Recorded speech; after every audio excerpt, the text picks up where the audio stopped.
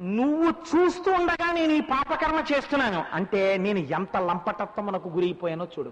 అంటే ఇంకా నన్ను నేను ఉద్ధరించుకోగలిగిన స్థితి లేదు, నువ్వు చూస్తుందో చేసేస్తున్నానంటే. కాబట్టి ఇప్పుడు ఎవరు ఉద్ధరించాలి? నన్ను నువ్వే ఉద్ధరించాలి.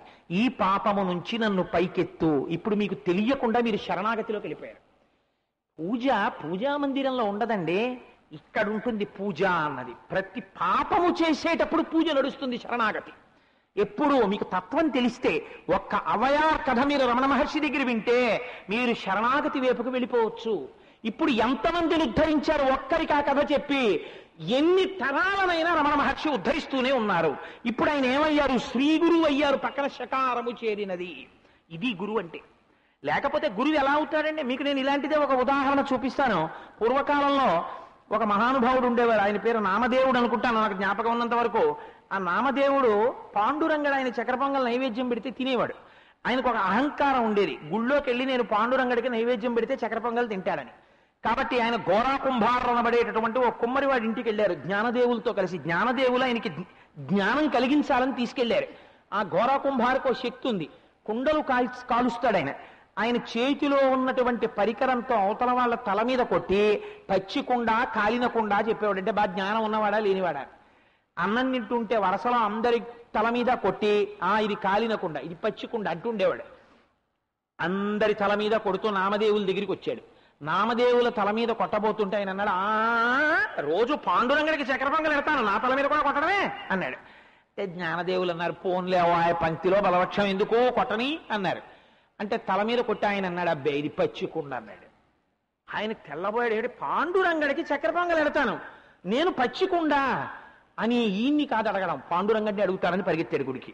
పరిగెత్తి, స్వామి నాది పచ్చికుండా, నాకు భగవంతుడి గురించి తెలియదా, నేను పెడితే చక్కెర పొంగల్ తింటావు అన్నాడు. ఆయన అన్నాడు, ఏమనుకోకు కానీ నామదేవాన్ని ఇది పచ్చికొండ అన్నాడు. అదేమిటండి నేను పచ్చికొండ ఏమిటన్నాడు. నీకు పాండురంగడు అంటే ఎవరో తెలుసా? గుళ్ళో ఉన్న విగ్రహం ఒకటే పాండురంగడు, నీకు ఇంకెక్కడా పాండురంగడు తెలియడు. అసలు పాండురంగడు ఎక్కడ ఉంటాడో తెలుసుకోవాలంటే ఈ ఊరి చివర ఓ పాడుపడిపోయిన శివాలయం ఉంది. శివాలయంలో ఒక ఆయన పడుకుని ఉన్నాడు, విశోభాకేచరుడు అని. ఆయన దగ్గరికి వెళ్ళి ఆయన చెప్తాడు నీకు భగవంతుడంటే అన్నాడు. గబగబా నామదేవుడు పరిగెత్తుకుంటూ గుళ్ళోకి వెళ్ళాడు. వెళ్ళి గుడి శిథిలం అయిపోయింది. ఇలా తొంగి చూశాడు. ఒక ఆయన పడుకుని శివలింగం మీద కాలెట్టుకుని కాలు మీద కాలెట్టుకు పడుకుని ఉన్నాడు.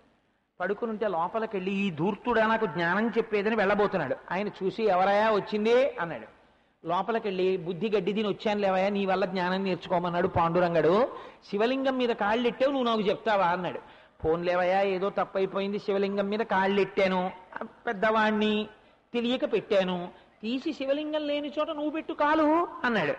ఆ రెండు కాళ్ళు పట్టుకుని ఇలా తిప్పి పెట్టాడు, అక్కడ శివలింగం పుట్టింది. ఇంకో చోట పెట్టాడు, అక్కడ శివలింగం పుట్టింది. కాళ్ళు ఎటు తిప్పితే అక్కడ శివలింగాలు పుట్టాయి. అప్పుడు ఆశ్చర్యపోయి, ఇది ఎక్కడ ప్రారంధం అయ్యా, నీ కాళ్ళు ఎక్కడికి తిప్పితే అక్కడ శివలింగాలు పుడుతున్నాయి అన్నాడు. అసలు శివుడు కానుదోటి నాకు చూపించన్నాడు. అన్ని శివుడే, ఇంకెక్కడ పెట్టను కాళ్ళు, పెడితే శివుడి మీదే పెట్టాలి, ఇంకోటి లేదన్నాడు. ఇది జ్ఞానం. అంతటా వ్యాప్తి చెందిన పరమాత్మని తెలుసుకోవడం జ్ఞానం. ఈ జ్ఞానాన్ని చెప్పి అవతల వారిలో ఉన్నటువంటి కల్మష బుద్ధిని కడగాలి. అసలు అందుకేనండి పూర్వం మహాత్ములంటే మహాత్ములే. మహాత్మా గాంధీ గారి దగ్గరికి రాజేంద్ర ప్రసాద్ గారు వచ్చి, ఏమండి నేను స్వాతంత్రోద్యమంలో పాల్గొందాం అనుకుంటున్నాను, మీతో కలిసి నడుద్దాం అనుకుంటున్నాను అన్నారు. గాంధీ గారు చెరకా ఉడుకుతున్నారు. ఉడుకుతా ఆయన అన్నారు, ఓహో మీరు దేశ సేవ చేద్దాం అనుకుంటున్నారు, అయితే నేను చెప్పిన పని మీరు చేస్తారా? తప్పకుండా చేస్తానండి అన్నారు. ఒక 6 నెలల పాటు కుష్ఠురోగుల యొక్క మరుగుదొడ్లలో వారు విసర్జించినటువంటి మలాన్ని బుట్టలో ఎత్తి బయట పోస్తుండండి అన్నారు. తప్పకుండా అని రాజేంద్ర ప్రసాద్ గారు 6 నెలలు సబర్మతి ఆశ్రమంలో కుష్ఠురోగుల యొక్క విసర్జించినటువంటి మలాన్ని తట్టలో ఎత్తి బయట పోస్తుండేవారు. గాంధీ గారికి ఆయన మీద విశ్వాసం ఏర్పడింది. ఆయన భారతదేశానికి రాష్ట్రపతి అయ్యాడు రాజేంద్ర ప్రసాద్ గారు. మహాత్ములంటే మహాత్ములే వాళ్ళు. వాళ్ళు అలా అంతటా ఈశ్వరుణ్ణి చూడగలిగేవారు వాళ్ళు. కాబట్టి ఇలా అవతల వారిలో కల్మషాన్ని కడగగలిగిన వాడెవరో వాడు శ్రీకారములో షకారం ఉన్నవాడు. రెండవదేది ఉండాలి, రకారం ఉండాలి. రకారం ఉండడం అంటే ఏమిటో తెలుసా అండి? అదొక ఆశ్చర్యకరమైనటువంటి విశేషం. అవతల ఉన్నటువంటి వారిలో కల్మషాన్ని కడిగేసేయడానికి యువతల ఉండేటటువంటి గురువులో తేజస్సు ఉంటే సరిపోతుంది. కానీ యువతల ఉండేటటువంటి గురువులో సత్వగుణ ప్రధానుడై ఉండాలి. అంటే చాలా మంచితనంతో చాలా సత్వబుద్ధితో ఉండి, అవతల వాడికి అహంకారం వస్తే తనకి అహంకారం వచ్చేసింది అనుకోండి, అవతలవాడు దారి తప్పిపోయాడు, దారి తప్పిపోయి విచ్చలవిడితనంతో ప్రవర్తిస్తున్నాడు, యువతలవాడు కూడా దారి తప్పిపోయాడు అనుకోండి, ఇంకా గురువులు కొట్టుకుంటే అంతకన్నా అసహ్యం ఉంటుందండి ప్రపంచంలో. గురువు అనిపించుకోవాలనుకున్నవాడు తెగబడి దెబ్బలాడకూడదు, మౌనం వహించి తన మీద తిరగబడిన వాడికి జ్ఞానం కలగాలని ఈశ్వరుణ్ణి ప్రార్థన చెయ్యాలి, వాడు గురువు అంటే. కాబట్టి ఎంత గమ్మత్తైన పని చేశారో చూడండి. మీకు ఆ రకారం ఎలా వస్తుందో మీకు చూపిస్తాను శ్రీకారంలో. ఒకానొకప్పుడు, ఇది కూడా నా సొంతం కాదు, ఒకసారి రమణ మహర్షి చెప్పిందే నాకు ఇవాళ జ్ఞాపకం వచ్చి చెప్పేస్తున్నాను. ఒకానొకప్పుడు చతుర్ముఖ బ్రహ్మగారు శ్రీమన్నారాయణుడి దగ్గరికి వెళ్ళారు. వెళ్ళి, నేను చిరంజీవిని, నేనే ఈ సృష్టినంతటినీ చేస్తూ ఉంటాను, వీళ్ళందరూ నా తర్వాత వచ్చిన వాళ్ళే, నేనే అందరికన్నా పెద్దవాణ్ణి, నా అంత గొప్పవాడు ఎవరుంటాడు అని అడిగాడు. అడిగితే శ్రీమన్నారాయణుడు వెంటనే గమనించాడు, ఓహో చతుర్ముఖ బ్రహ్మగారికి 4 తలకాయల వాడికి చిన్న అహంకారం వచ్చింది ఇవాళ, కాబట్టి ఇప్పుడు ఈ అహంకారం తీసేయాలి. నోర్మొయ్, ఎక్కడి నుంచి వచ్చాను అనుకున్నావు ఏంటి, అంది గొప్ప కబుర్లు చెప్తున్నావు, నా నాభికమలంలోంచి పుట్టావు నువ్వంటే, ఏది నీ నాభికమలం చూపించు, ఎవడ చూడొచ్చాడు, నేను నీకు పుట్టినప్పుడు ఎవరన్నా చూశాడా అని ఇద్దరు దెబ్బలాడుకున్నారు అనుకోండి, ఇంకంతకన్నా అసహ్యం ఉంటుందే. సత్వగుణం అంటే ఎలా ఉంటుందో చూపిస్తారు. శ్రీమన్నారాయణుడు అన్నారు, ఓహో నీకన్నా గొప్పవాడు, నువ్వే సృష్టించిన వాడివి, వేరొకడు లేడనుకుంటున్నావా, శహబాష్, చాలా గొప్ప విషయం, మన ఇద్దరం అలా వ్యాహ్యాలకి వెళ్ళొద్దాం, నీవంతటి మహాపురుషుడితో కలిసి నడిస్తే నా జన్మ ధన్యం అవుతుంది కదా, దా మన ఇద్దరం కలిసి నడుద్దాం అన్నారు. చతుర్ముఖ బ్రహ్మగారు శ్రీమన్నారాయణుడు కలిసి అలా నడుస్తున్నారు. అక్కడ ఒక మహర్షి కూర్చుని ఉన్నారు. ఆయన పక్కన చూస్తే ఆయనవే కొన్ని వెంట్రుకలు రాలిపోయి ఓ పోగుంది. ఆయన్ని చూసి అడిగారు, ఏమిటంటే అలా కూర్చుని ఉన్నారు, ఏమిటా వెంట్రుకలు కొప్పేమిటి మీ పక్కన అని అడిగారు. అడిగితే ఆయన అన్నారు, నన్ను రోమశ మహర్షి అంటారు. ఈ యుగాలు కొన్ని సంవత్సరాలు అయిపోతే ఆ సంవత్సరాలన్నీ చతుర్ముఖ బ్రహ్మగారికి ఒక కనురెప్ప పాటు లేదా ఒక రోజు, ఇలా కొన్ని కల్పాలు అయిపోతే ఒక్కొక్క బ్రహ్మగారి ఆయుర్దాయం అయిపోతుంటుంది. ఒక్కొక్క చతుర్ముఖ బ్రహ్మగారు పడిపోతే నా శరీరంలోంచి ఒక వెంట్రుక పడిపోతూ ఉంటుంది. ఈ పడిపోయిన వెంట్రుకలు ఎన్నున్నాయో ఇప్పటికంతమంది బ్రహ్మలు పడిపోయారు. అది గుర్తు అన్నాడు. బ్రహ్మగారు చూసి తెల్లబోయి, అంటే ఇన్ని వెంట్రుకలకు పెంతుందో అంతమంది నాకన్నా ముందు బ్రహ్మలు పడిపోయారా, వీటన్నింటికీ సాక్షిగా ఈయన ఉన్నాడా, ఇంకా ఇన్ని వెంట్రుకలు ఉన్నాయా ఈయన ఒంటి మీద, అంటే ఇంకా ఎంతమంది వెళ్ళిపోతారో, ఇప్పుడు పడిపోయే వెంట్రుక నేననమాట అనుకున్నాడు. అనుకుని ఇప్పుడు ఎవరు చెప్పారు ఈ విషయం, నారాయణుడు చెప్పలేదు, రోమశ మహర్షి చెప్పారు. ఆయన వంక నారాయణుడు వంక చూసి కొంచెం ముఖం దించుకుని, ఏమిటో ఇందాక చాలా చిరంజీవిని అన్నాను, నేను సృష్టించానన్నాను, ఏమిటో ఈయన దగ్గరికి తీసుకొచ్చాడు, ఏమిటో, నా పదండి వెళ్ళిపోదాం ఇక్కడి నుంచి అన్నారు. అయ్యో తప్పకుండా పదండి, ఏమనలేదు నారాయణుడు. బాగా దిగాలి అహంకారం. ఇంకొంచెం ముందుకెళ్ళారు. 8 వంకర్లతో ఉన్న ఓ మహర్షి కూర్చుని ఉన్నారు. అయ్యా మీరెవరండి ఇలా ఉన్నారన్నారు. నన్ను అష్టావక్రుడు అంటారు, నాకు 8 వంకర్లు ఉంటాయి శరీరంలో, నా వంకర్లన్నీ ఎప్పుడు పోతాయో తెలుసా, రోమశ మహర్షి అని ఒక ఆయన ఉన్నాడు ఆ వెనకాతల కొంత దూరంలో, ఒక్కొక్క బ్రహ్మ పడిపోతే ఆయన ఒంట్లోంచి ఒక్కొక్క వెంట్రుక పడిపోతుంది. అలాంటి రోమశ మహర్షి ఒంటి మీద ఉన్న వెంట్రుకలన్నీ రాలిపోయి ఒక రోమశ మహర్షి పడిపోతే నా ఒంట్లో ఉన్న ఒక వంకర పోతుంది. అలా 80 రోమశ మహర్షులు పోతే నా 8 వంకరలు పోతాయి, ఇప్పటికో వంకర పోలేదన్నాడు. అంటే ఇప్పుడు బ్రహ్మగారు చూసి, అమ్మ నాయనోయ్ నారాయణ ఇంటికి వెళ్ళిపోదాం అన్నాడు. ఏ అన్నాడు ఆయన, ఇప్పుడు నాకు తెలిసి వచ్చింది, నీ అన్న అంత సృష్టికర్తని, నా అంత గొప్పవాడు, నేనేదో ఇవన్నీ సృష్టించడం, నేను పెద్దవాణ్ణి, ఈ అహంకారం అంతా అణిగిపోయింది. ఇప్పుడు నేనెవరో నాకు తెలిసి వచ్చింది, నేను ఎంత అల్పున్నో తెలిసి వచ్చింది, ఎంత విర్రవీగానో తెలిసి వచ్చింది. ఎంత చక్కగా పాఠం చెప్పావా నోరు విప్పకుండా, రా ఇంటికి వెళ్ళిపోదాం అన్నారు. ఇప్పుడు ఇది ఏమవుతుంది, ఇది రకారం అవుతుంది. ఇది రకారం అవడం అంటే ఏమిటో తెలుసా అండి, అవతల వారు వ్యగ్రతతో ప్రవర్తించినా తాను పరమ ప్రశాంత చిత్తుడై, సరే వారికి వ్యగ్రతతో ఉన్నప్పుడు వారి జోలి మనకెందుకు, వారి ఈశ్వరానుగ్రహంతో ఒకనాడు ప్రశాంతతతో మనం అటువంటి వ్యగ్రత కలిగిన వారము కామని వారికి తెలిస్తే అదే ఈశ్వరుడు చేసే ఉపకారము. అటువంటి బుద్ధి వారికి కల్పించు పరమేశ్వర అని ప్రార్థన చేసి తప్పుకున్నవాడెవడో వాడు పక్కన రకారమును గెలుచుకున్నవాడు. అలా కాకపోతే పడిపోతాడు, రకారం పోతుంది.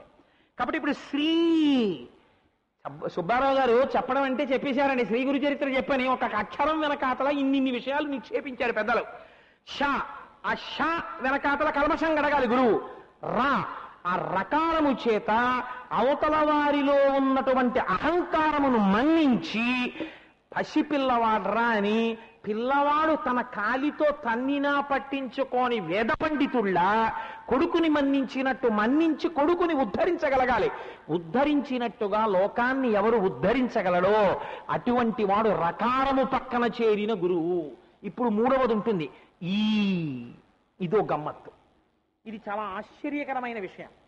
ఇప్పుడు ఏమవుతుందో తెలుసా అండి, ఈకారం కూడా చేరి పక్కన శ్రీకారం చేరాలంటే గురువుకి ఈ ఈకారము చేత తాను పరబ్రహ్మమును నమ్మి చేసినటువంటి సేవనము చేత తనకు కలిగినటువంటి సిద్ధులను కేవలము వాయుసపిష్టము అంటారంటే కాకి రెట్టేస్తుంది చొక్కా మీద వేస్తే ఎంత బాగుందో అండి, తెల్లటి చొక్కా మీద భలే వేసింది, గుండ్రంగా మచ్చ చాలా బాగుందో, నా రెట్టట్టే పెట్టుకుంటాడు ఎవడైనా, వెళ్ళి నీళ్లతో కడిగేస్తాడు వెంటనే. అలా భగవంతుణ్ణి ఆరాధన చేయగా చేయగా ధ్యానము చేయగా చేయగా వారికి కొన్ని సిద్ధులు వస్తాయి. వారు మాట అన్నారనుకోండి, అది నిజమైపోతుంది. సత్యము వాడు పలకడం కాదు, వాడు పలికినది సత్యమైపోతూ ఉంటుంది. వాడి నోటి వెంట మాట వచ్చిందనుకోండి, అది వెంటనే నిజమవుతుంది.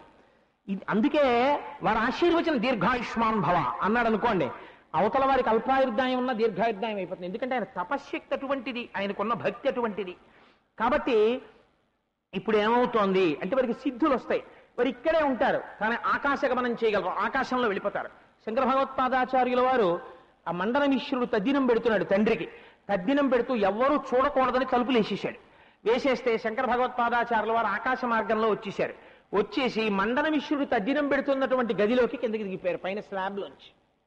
అలా ఎలా దిగిపోతారండి అంటే ఎవరు మూలాధార చక్రాన్ని గెలిచేశారో, కుండలిని శక్తిలో షట్చక్ర భేదనంలో మూలాధారాన్ని గెలుస్తారో వాళ్ళని పంచభూతాల్లో పృథివీ ఆపలేదు. ఇంకా వాళ్ళు ఆ గోడలలోంచి కర్రల్లోంచి వాళ్ళు వెళ్ళిపోతారు. ఆ వెళ్ళిపోగలిగిన శక్తి మూలాధార భేదనం వల్ల వస్తుంది. కానీ అలాంటి ప్రయోగాలు కానీ ప్రయత్నాలు కానీ చేయకూడదు, గురువు పక్క నుండి చేయించాలి. ఏదో పొరపాటున నేను అన్నాను ఇవాళ సభలో. కాబట్టి అలా శంకర భగవత్పాదులు పైనుంచి కిందకి దిగగలిగారు. అది యోగ విద్య, అది అందరూ చెయ్యలేరు.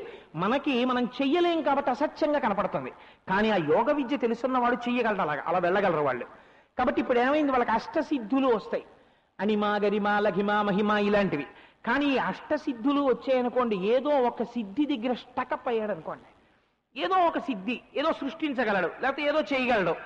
ఇది వచ్చింది కదా అని అవతల వాళ్ళకి ఉపకారాలు చెయ్యడం మొదలు పెట్టాడు అనుకోండి, ఎక్కడేం జరుగుతుందో తెలుసుకుంటూ ఉండడం, లేకపోతే ఎవరికో ఏదో ఇక్కడుండి అక్కడ ఉపకారాలు చేయడం, ఇలాంటివి ప్రారంభం చేశాడు అనుకోండి, తుదకు ఏమైపోతుందో తెలుసా అండి, తన శరీరమే అలాంటి ఇబ్బందుల వలనే పడగొట్టవలసిన పరిస్థితి వచ్చేస్తుంది. ఎందుకంటే తాను అల్లుకున్నటువంటి గూటిలో తాను చిక్కుకుపోతాడు.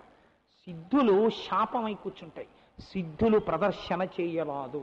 అందుకే ఎప్పుడు మహాత్ములైన వాళ్ళు సిద్ధుల జోలికి వెళ్ళరు, అసలు బహిరంగ వేదికల మీద అసలు చేయరు ప్రదర్శనలు. కానీ అందుకే ఒక గొప్ప మాట ఉందండి, సురేశ్వరాచార్యులు వారిని వార్తికం రాశారు శంకర భగవత్పాదుల యొక్క దక్షిణామూర్తి స్తోత్రానికి. వారు అన్నారు, సిద్ధులు ఎటువంటివో తెలుసా? దక్షిణామూర్తి స్తోత్రంలో ఆఖరి శ్లోకం ఒకటి ఉంది, దానికి వారు వార్తికం చేస్తూ ఒక మాట అన్నారు. ఒక భర్తకి ఒక భార్య మంచి చలికాలం, అయ్యా నాకు కాస్త ఉప్మా చేసి పెట్టవే, చాలా ఆకలిగా ఉంది అన్నాడు భర్త. ఆవిడ పొయ్యి దగ్గరికి వెళ్ళి మూకుడు పెట్టి ఉప్మా చేస్తోంది. ఆ ఉప్మా చేస్తున్నప్పుడు అగ్నిహోత్రంలోంచి సెగ తగిలి చక్కగా ఉంది ఆవిడికి. ఎంత బాగుందో అడిగాడు కానీ ఉప్మా హాయిగా పొయ్యి దగ్గర నిలబడి ఉప్మా చేస్తుంటే చక్కగా ఉంది, హాయిగా పొయ్యి సెగ తగులుతూ అని. ఉప్మా తయారైపోయిన తర్వాత కూడా ఆవిడ సెగ కోసమే నించుంది అనుకోండి, ఉప్మా మాడి మషి అయిపోతుంది, భర్తగా పెట్టడానికి బొగ్గులు మిగులుతాయి. ఎప్పటి వరకు మాత్రమే వేడి?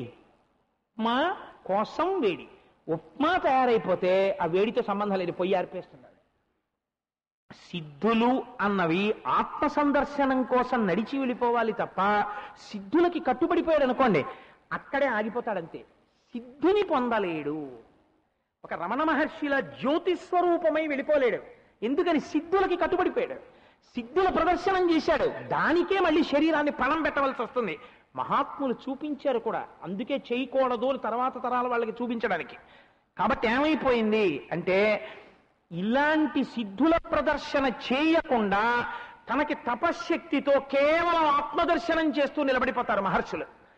ఇలాంటి మహర్షులు ఈకారం అంటే ఏమిటో తెలుసా అండి? ఆర్తితో వచ్చి ఒకానొక నాడు ఒక శిష్యుడు కాళ్ళ మీద పడిపోతాడు. పడిపోయి అయా మీరు నన్ను రక్షించాలంటాడు. ఇప్పుడు గురువు తనకున్నటువంటి శక్తి చేత దివ్య దృష్టి అంటారు, అంతర్ముఖుడై ఎందువల్ల ఇతనికి ఈ కోరిక తీరలేదు చూస్తాడు. చూసి ఆ కోరిక తీరుస్తాడు. అంటే యువతల వారికి కలిగిన కష్టాన్ని తన తపశ్శక్తితో గట్టెక్కిస్తాడు. అలా ఎక్కించిన సందర్భాలు ఉన్నాయా? మీకు నేను ఒక ఉదాహరణ చూపిస్తాను. రామాయణానికి ముందు రఘువంశము అని కాళిదాస మహాకవి ఒక మంచి అద్భుతమైన కావ్యాన్ని చేశారు. ఆ రఘువంశ కావ్యంలో దిలీప చక్రవర్తి అని ఒక చక్రవర్తి, ఆయనకి సంతానం కలగలేదు. ఎంతకి సుదక్షిణాదేవి అని ఆయన భార్య. ఆయనకి సంతానం కలగకపోతే వశిష్ఠ మహర్షి యొక్క పాదాలు పట్టుకుని అయ్యా నాకు సంతానం కలగట్లేదు, నా వంశమంతా కూడా నాతోటే అంతరించిపోతుందేమో అని నేను భయపడుతున్నాను, అందుకని నాకు పుత్ర సంతానం కలిగేటట్టుగా అనుగ్రహించండి, ఏ పాపము వలన నాకు బిడ్డలు కలగలేదు అన్నాడు.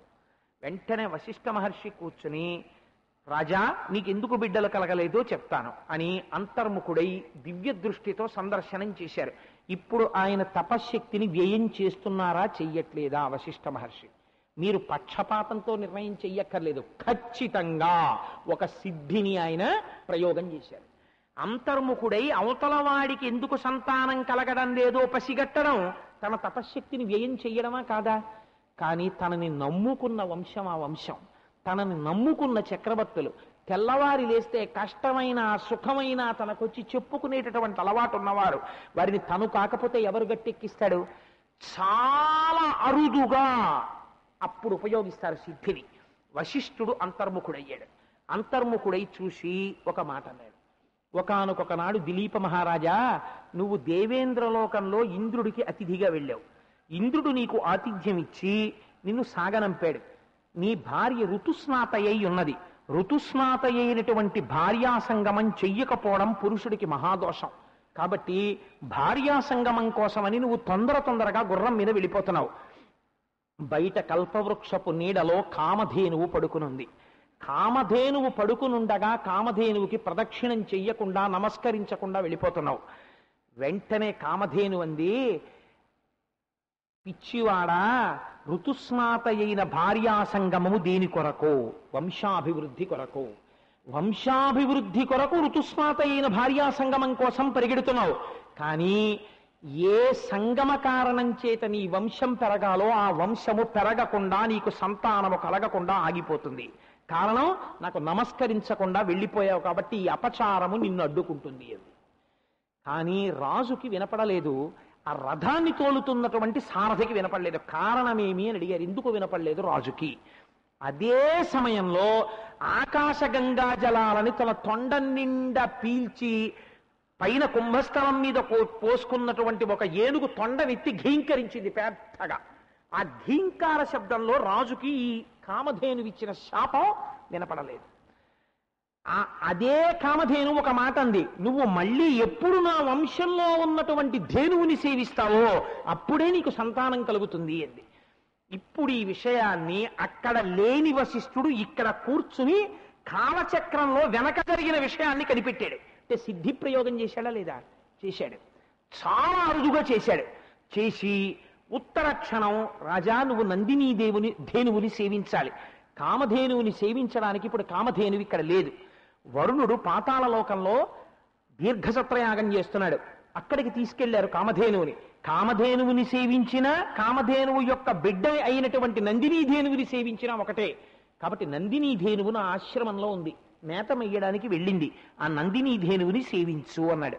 ఆయన ఈ మాట అంటున్నాడు, నందినీ ధేనువు వచ్చింది.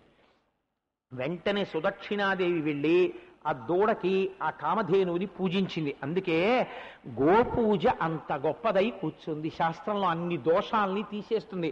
అందుకే మన భాగవతం చెప్పినప్పుడు గోపూజ చేశాం ఒక రోజున. సరే, కాబట్టి ఆ రోజున వశిష్ఠ మహర్షి అలా చూసి చెప్పబట్టి నందినీధేనువుని సేవించినటువంటి పుణ్యం చేత దిలీప చక్రవర్తికి రఘుమహారాజు గారు పుట్టారు. కాబట్టి ఇప్పుడు గురువు తనని నమ్ముకున్నటువంటి శిష్యుడు ఏదో కష్టం వచ్చినప్పుడు పరిగెత్తుకుంటూ వచ్చేసి నన్ను గట్టెక్కించే అన్న వాళ్ళ కోసం కాదు. ఎవరి కోసం? తనని వంశమంతా నమ్ముకుంది. ఇలాంటి వంశంలో పొరపాటు జరిగింది, కావాలని చెయ్యలేదు. స్వధర్మాచరణంలో వెళ్ళిపోవడంలో గభాలన కామధేను ఇచ్చిన శాపం ఆ ఏనుగు యొక్క ఘీంకార శబ్దంలో వినపడలేదు. ఇప్పుడు తాను ఉపకారం చేసి తీరాలి కాబట్టి ఇప్పుడు తాను ఉపకారం చేశాడు. ఉపకారం చేసి వంశము పెరిగేటట్టు చేశాడు. ఇలా తనని నమ్ముకుని తన వెంట నడిచినటువంటి శిష్యుడికి ఇహమునందు ఉండవలసినటువంటి కోరికలు తీరకపోతే, అవి ధర్మబద్ధమైన కోరికలైతే, ఆ కోరిక తీర్చడానికి తన తపశ్శక్తిని అడ్డు పెట్టి తీర్చగలిగిన సమర్థుడైతే ఈకారము పక్కన చేరుతుంది. ఇప్పుడు శకార రకార ఈకారములు చేరాలంటే ఎవడు తన తేజశక్తితో తన శిష్యుల కల్మషములు కడగగలడో, ఎవడు తన సత్వబుద్ధితో తన శిష్యుడు చేసినటువంటి తన శిష్యుడికున్న అహంకారమును నవ్వుతూ ఊరుకుని విరవగలడో, ఎవడు తన శిష్యుడు తనని నమ్ముకుని తనతో తిరుగుతున్నవాడు, తనని నమ్ముకున్నవాడు, తనని పూజించేవాడు, కష్టమైన సుఖమైన నా గురువే నాకు సంపద అని నమ్ముకున్నాడో, అటువంటి వాణ్ణి ఉద్ధరించడానికి తన తపశ్శక్తిని అడ్డుపెట్టి రక్షిస్తాడో, అటువంటి గురువు శ్రీకారమున్న గురువు. ఇప్పుడు శ్రీ గురు చరిత్ర. ఇప్పుడు కాబట్టి శ్రీ ఈ శకార రకార ఈకారముల చేత పక్కన ముందు ఉండి ఈ మూడక్షరముల చేత సమర్థింపబడుతూ ఉన్న గురువు ఎవరున్నారో అటువంటి వారి గురించి మేము మాట్లాడుతున్నాం. అంతేగాని అల్లాటప్ప గురువుల గురించి మాట్లాడడానికి ఈ నవరాత్రులు చెయ్యట్లేదు. కాబట్టి ఇప్పుడు ఏమైంది? వ్యయనామ సంవత్సర ప్రారంభ దినం నాడు శ్రీ గురుభ్యో నమః అనడం అయింది. అటువంటి మహాత్ముల యొక్క పేరు విన్నంత మాత్రం చేత పాపములు కడగబడుతున్నాయి. ఇప్పుడు అలాంటి శ్రీ గురువు ఎవరు అంటే, ఒక గురువుని మొత్తం ప్రారంభం చెయ్యాలి. ఎవరి వైపు వేలు తిప్పాలి? ఎంత కష్టం చూడండి. ఎంతమంది ఉన్నారు మీకు ఇందాకనే చెప్పాను, బోలెడంతమంది ఉన్నారు. శంకర భగవత్పాదులు లేరా? లేకపోతే రమణ మహర్షి లేరా? లేకపోతే రామకృష్ణ పరమహంస లేరా? వివేకానందుడు లేడా? చంద్రశేఖర పరమాచార్య స్వామి లేరా? సాయిబాబా గారు లేరా? మరి ఏ గురువు గురించి నువ్వు మాట్లాడాలి? మొట్టమొదట మాట్లాడినప్పుడు నువ్వు మాట్లాడవలసి వస్తే పరమధైర్యంతో శ్రీ గురు చరిత్ర ప్రారంభం చేస్తే, గురువు అని నువ్వు మొదట స్మరించినప్పుడు, చెప్పవలసినప్పుడు ధైర్యంగా కొన్ని కోట్ల మంది పాపాలని కడిగేసి అందరిలో పుణ్యాన్ని నింపేసి, ఇక్కడే ఇప్పుడే ఈ లోకంలో సద్యోజాతం ప్రపద్యామి సద్యోజాతాయ వై నమో నమః భవే భవే నాతి భవే భవస్వాన్ భవోద్భవాయ నమః మోక్ష మార్గం వైపుకి తిరగగలిగినటువంటి జ్ఞానోపదేశము చేసినటువంటి సద్గురు అయిన మహాపురుషుడు దత్తాత్రేయుల వారితో ప్రారంభం చేయి అని శాస్త్రం నిర్దేశం చేసింది. కాబట్టి ఇప్పుడు శ్రీ గురు అన్నప్పుడు ఎక్కడ మొదలు పెట్టాలి? దత్తుడితో మొదలెట్టాలి. దత్తుడన్న పేరెందుకు? దత్తుడు ఏమిటండి? దత్తాత్రేయుడు ఏమిటండి ఆయన పేరు? ఆ పేరు ఎవరు పెట్టారు? ఎవరైనా పెట్టారా? పెట్టబడినదా? ఆ పేరుతో వచ్చాడా? పేరు ఉంటే కానీ రూపం ఉండదా? రూపం అంటే పేరు ఉండదా? నామరూపాలు ఉంటే గురువు ఎందుకు అవుతాడు? ఆ పేరేనా? పేరు వెనక రహస్యం ఉన్నదా? అసలు ఆయన ఆవిర్భావము వెనక ఉన్న రహస్యమేమి? ఆయన ఎలా శ్రీ గురువుగా లోకమునందు ఇప్పటికీ ఉన్నారు? గురువుకి వెళ్ళిపోవడం అన్నది ఉండదు ఎప్పుడూను. గురువు సర్వవ్యాపి అయి నిలబడిపోతాడు. ఒక పరమ సత్యాన్ని చెప్తున్నాను ఇవాళ ఇక్కడే ఈ సభలోనే త్రిశూలం పట్టుకొని కాషాయాంబరధారి అయి మహానుభావుడు దత్తాత్రేయ స్వామి వారు కూర్చుని వింటున్నారు ఈ సభనంతటినీ కూడా. వారి అనుగ్రహం లేకపోతే అసలు శ్రీ గురు చరిత్ర ప్రారంభమే కాదు. కాబట్టి అటువంటి గురువులు కూర్చోపట్టే గురు చరిత్ర వాగ్రూపముగా విడుతోంది. అది వినడము చెవుల ద్వారా లోపలికి ప్రవహించినటువంటి గంగా పునీతం చేసేస్తోంది. అది ఆ వినడం చేత ఎన్ని పాపాలు ఎగిరిపోతున్నాయో, ఎన్ని పాపాలు ఎగిరిపోతుంటే కలిసి రావలసినవి కలిసి వస్తాయో, ఎన్ని కోరికలు తీరుతాయో. అందుకే ఒక మాట చెప్తారు, ఏమంటే ఈ కష్టం వచ్చింది గురుచరిత్ర పారాయణ చేయి. ఏమంటే ఈ కష్టం వచ్చింది గురుచరిత్ర పారాయణ చేయి. పిల్లకి పెళ్ళవలేదు గురుచరిత్ర పారాయణ చేయి. ఉద్యోగం రాలేదు గురుచరిత్ర పారాయణ చేయి. ఏమంటే డబ్బులు లేవు గురుచరిత్ర పారాయణ చేయి. ఏమంటే అప్పులు పారైపోయాను గురుచరిత్ర. శ్రీరామచంద్రం శ్రితపారిజాతం సీతాముఖాంబోరుహచించరీకః సమస్తకల్యాణగుణాభిరామः నిరంతరం మంగళమాతనోతు. దివ్యపీతాంబరధరः షడ్భుజైరుపలక్షితः స్వపాదనఖచంద్రాంశు ధ్వంసితాజ్ఞాన కశ్మలః. హరి ఓం శ్రీ దత్తాత్రేయాయ నమః. శ్రీ సాయినాథాయ నమః. హరి ఓం. పరమేశ్వర స్వరూపమైన సభకి నమస్కారం. నిన్నటి రోజు సంఘాన్ని ప్రారంభం చేస్తూ గురువు అన్న శబ్దానికి సంబంధించినటువంటి విశ్లేషణ కొంతవరకు చేసి ఆ గురువు యొక్క వైభవం గురించి కొంతవరకు వ్యాఖ్యానం చేసి ఆ శ్రీ గురు చరిత్ర అనబడేటటువంటి 3 పదముల వెనక ఉండేటటువంటి రహస్యాన్ని మీకు తెలియచెప్పేటటువంటి ప్రయత్నాన్ని కొంతవరకు చేసి ఉన్నాను. అయితే మీకు నిన్న నేను ఒక మాట చెప్పాను. సదాశివ సమారంభాం శంకరాచార్య మధ్యమాం అస్మదాచార్య పర్యంతాం వందే గురు పరంపరాం.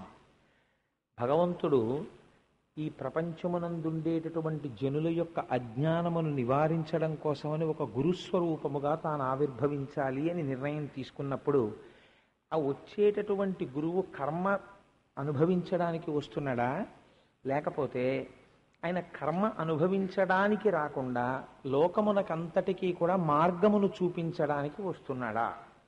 ఇది మీరు ప్రధానంగా గమనించవలసినటువంటి ఒక రహస్యం. ఇప్పుడు ఈశ్వరుడు అన్నవాడు ఒకడు ఉన్నాడు అనుకోండి, ఆయన భగవద్గీతలో స్పష్టంగా చెప్పేశాడు మాట, జన్మకర్మచ మే దివ్యం అన్నాడు. ఇక ఆయనతో మీకు గొడవ లేదు, ఆయనతో మీరు వాదించవలసిన అవసరము లేదు. నా జన్మ నా కర్మ దివ్యం, అవతలకపో, నువ్వు నాతో దాని గురించి ఇక మాట్లాడక్కర్లేదని చెప్పాడు. ఎందుకంటే నా శరీరం వేరు, నేను కావాలనుకున్నాను, నేను పుచ్చుకున్నాను. అజాయమానో బహుధా విజాయతే నిశ్రుతి ఒక్క మాటతో తేల్చి అవతల పారేసింది. అసలు పుట్టుకే లేదు ఆయనకి, కావాలనుకున్నాడు, పుట్టాడంతే. కాబట్టి ఆయన ఎలా అనుకున్నాడో, భక్తులు ఎలా అడిగారో నేను అలాంటి స్వరూపాన్ని పుచ్చుకుంటాను. ఎందుకని అంటే పరిత్రాణాయ సాధూనాం వినాశాయ చ దుష్కృతాం ధర్మ సంస్థాపనార్థాయ సంభవామి యుగే యుగే. ధర్మాన్ని రక్షించడానికి, ఇలా నిన్ను చూడాలని పరితపించేటటువంటి పరమభాగవతోత్తముల యొక్క కోరిక తీర్చడానికి నా అంత నేనుగా ఒక రూపాన్ని తీసుకుంటున్నాను. అసలు నాకు రూపమే లేదన్నాడు. కాబట్టి భగవంతుడు ఒక రూపం తీసుకున్నప్పుడు అవతార ప్రయోజనం అని ఒకటి ఉంటుంది. ఒక రామావతారం ఉందనుకోండి, నరుడిగా వస్తే కానీ రావణ సంహారం అవ్వదు. అలాగే ఒక వామనావతారం ఉందనుకోండి, ఒక వటువుగా వచ్చి యాచిస్తే తప్ప ఇంద్రుడికి రాజ్యం ఇవ్వలేడు.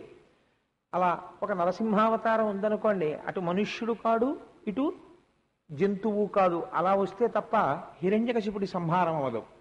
కానీ గురువుగా రావాలనుకున్నాడు అనుకోండి ఈశ్వరుడు, అప్పుడు జన్మకర్మచమే దివ్యం అని ఎలా అంటాడు? నా శరీరం వేరు, నా జన్మ వేరు, నా కర్మ వేరు అని అనగలడా గురువు విషయంలో? ఇది మీరు పరిశీలించవలసినటువంటి ఒక గొప్ప రహస్యం. ఈశ్వరుడు ఒక గురువుగా వచ్చాడు అనుకోండి, గురువుగా వచ్చినప్పుడు ఆయన అందరికీ సులభుడై ఉంటాడు.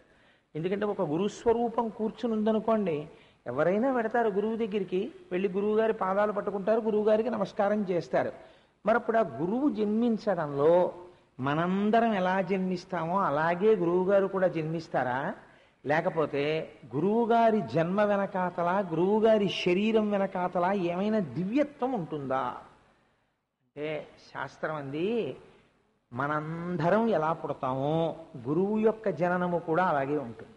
ఆయన కూడా మనందరం జన్మించినట్లే ఆయన జన్మిస్తాడు. అలా గురువు కానీ మొట్టమొదటే సులభుడై దిగి రాలేదనుకోండి, అసలు గురువు దగ్గరికి వెళ్ళడం కష్టమైపోతుంది.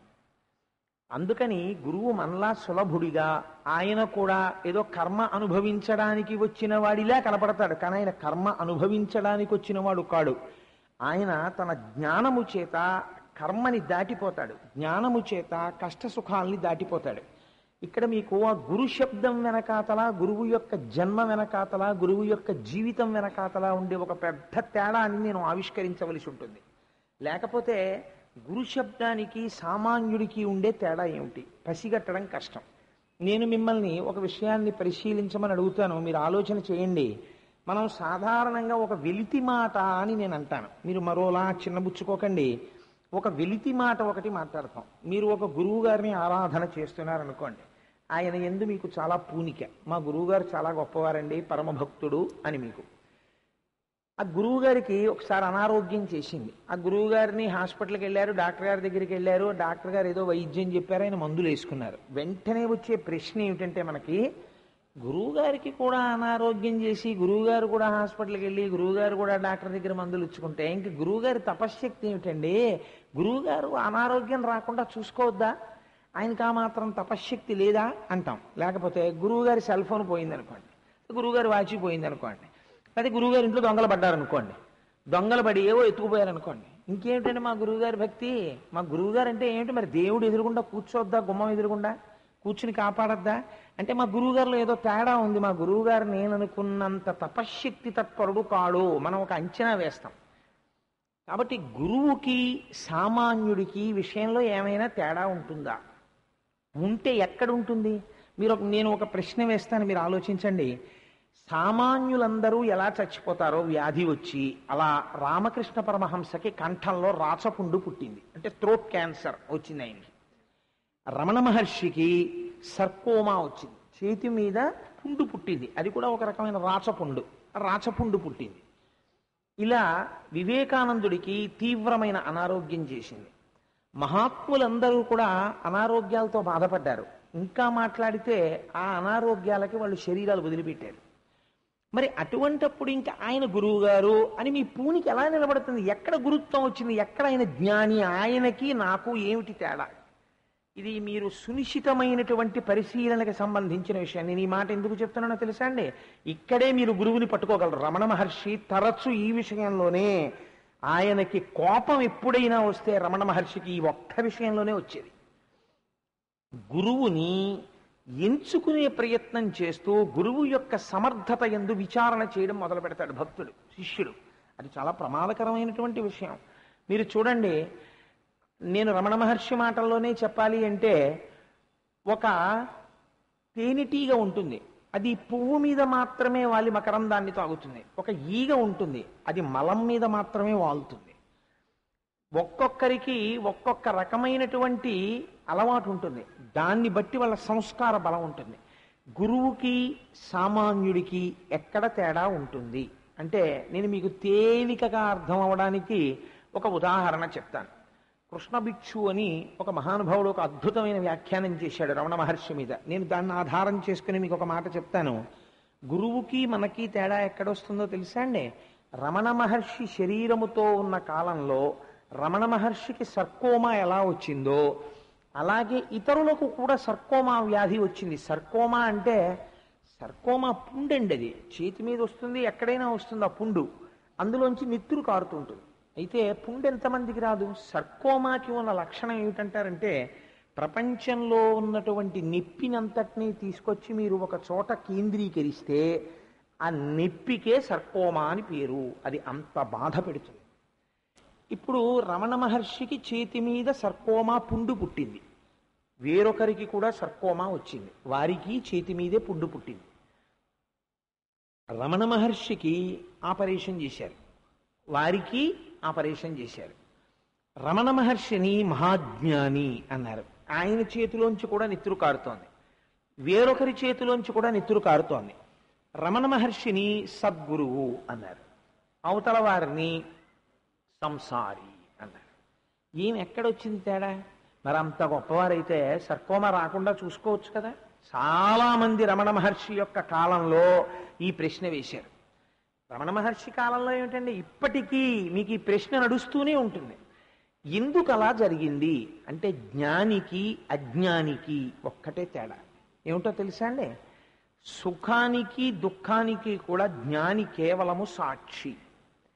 ఆయన సుఖమునందు తాదాత్మ్యత చెందాడు, దుఃఖమునందు తాదాత్మ్యత చెందాడు. ఒక సుఖాన్ని శరీరం అనుభవిస్తోంది అనుకోండి, ఆ సుఖాన్ని చూసి ఆయన ఏమంటాడంటే, ఈ శరీరము సుఖించుచున్నది అంటాడు.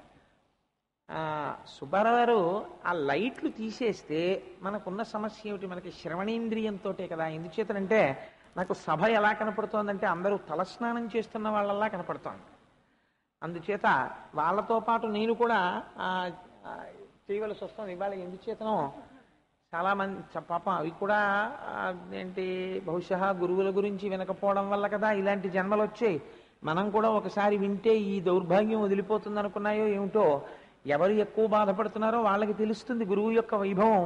అది ఒకనాడు గురువు వైభవాన్ని తెలుసుకోకపోవడం వల్ల కదా ఇలా పుట్టాం. అని వాళ్ళది గురువైభవం వినడానికి అవి ఎక్కువ వచ్చేసినట్టున్నాయి. అంచేత దీపం ఆర్పేస్తే కూడా వినగలవా అన్నది మీరు ఒకసారి పరిశీలన చేద్దురు కానీ. కాబట్టి ఆ గురువు సాక్షిగా ఉంటాడు. సుఖం వచ్చిందనుకోండి ఆయన తాదాత్మ్యత చెందడు. ఈ శరీరము సుఖించుచున్నది అంటాడు. ఈ పదార్థము తీయగా ఉన్నది అని ఇది మురిసిపోతోంది అంటాడు. ఈ శరీరము ఇవాళ హాయిగా ఉన్నది అంటోంది అంటాడు. మీరు కూడా అంటారు మీకు తెలియకుండానే, నొప్పెడుతోందండి అంటాడు. ఎక్కడ నొప్పి? మీ చెయ్యి నొప్పండి అంటాడు. ఏ చెయ్యి అంటాడు? ఈ చెయ్యి అండి అంటాడు. ఈ చెయ్యి అన్నప్పుడు చెయ్యి తాను కాదు, చెయ్యి వేరు. చేతికి ఉన్న నొప్పిని తాను తెలుసుకుంటున్నాడు. ఇది నొప్పెడుతోంది అని తెలుసుకుంటున్నాడు. ఇది నొప్పెడుతోందని తెలుసుకుంటున్నది ఎవరో అది నువ్వు. తెలియబడుతున్నది, చూడబడుతున్నది, తెలియబడుతున్నది అది వేరు. కానీ మనం ఏమవుతామంటే దీనితో తాదాత్మ్యత చెందుతాం. ఇది నేనని అమ్మో నిప్పెట్టేస్తోంది నిప్పెట్టేస్తోంది నిప్పెట్టేస్తోంది అంటాం. రమణులు సద్గురువు అయ్యారు, బ్రహ్మన్ అయ్యారు ఆయన. ఇందువల్ల ఆయన దీన్ని సాక్షిగా ఉన్నారు. ఓహో ఈ శరీరమునకు ఒక పుండు పుట్టినది, ఈ శరీరము నేను కాదు, నేను కాని దానికి ఒక పుండు పుట్టినది, కాబట్టి నాకేమి బాధ? శరీరాన్ని ఎలా సాక్షిగా చూశానో శరీరానికి ఉన్న పుండుని అలాగే చూస్తున్నాను అన్నారు. ఇలా అందరు అనగలరా? అందరు అనలేరు. ఇలా అనగలిగిన వాడెవడో, సుఖ దుఃఖములకు ఎవడో సాక్షిగా మాత్రమే ఉండగలుగుతున్నాడో వాడు జ్ఞాని, వాడు సద్గురువు. ఇది నోటితో చెప్పినంత తేలిక కాదు, చాలా కష్టం.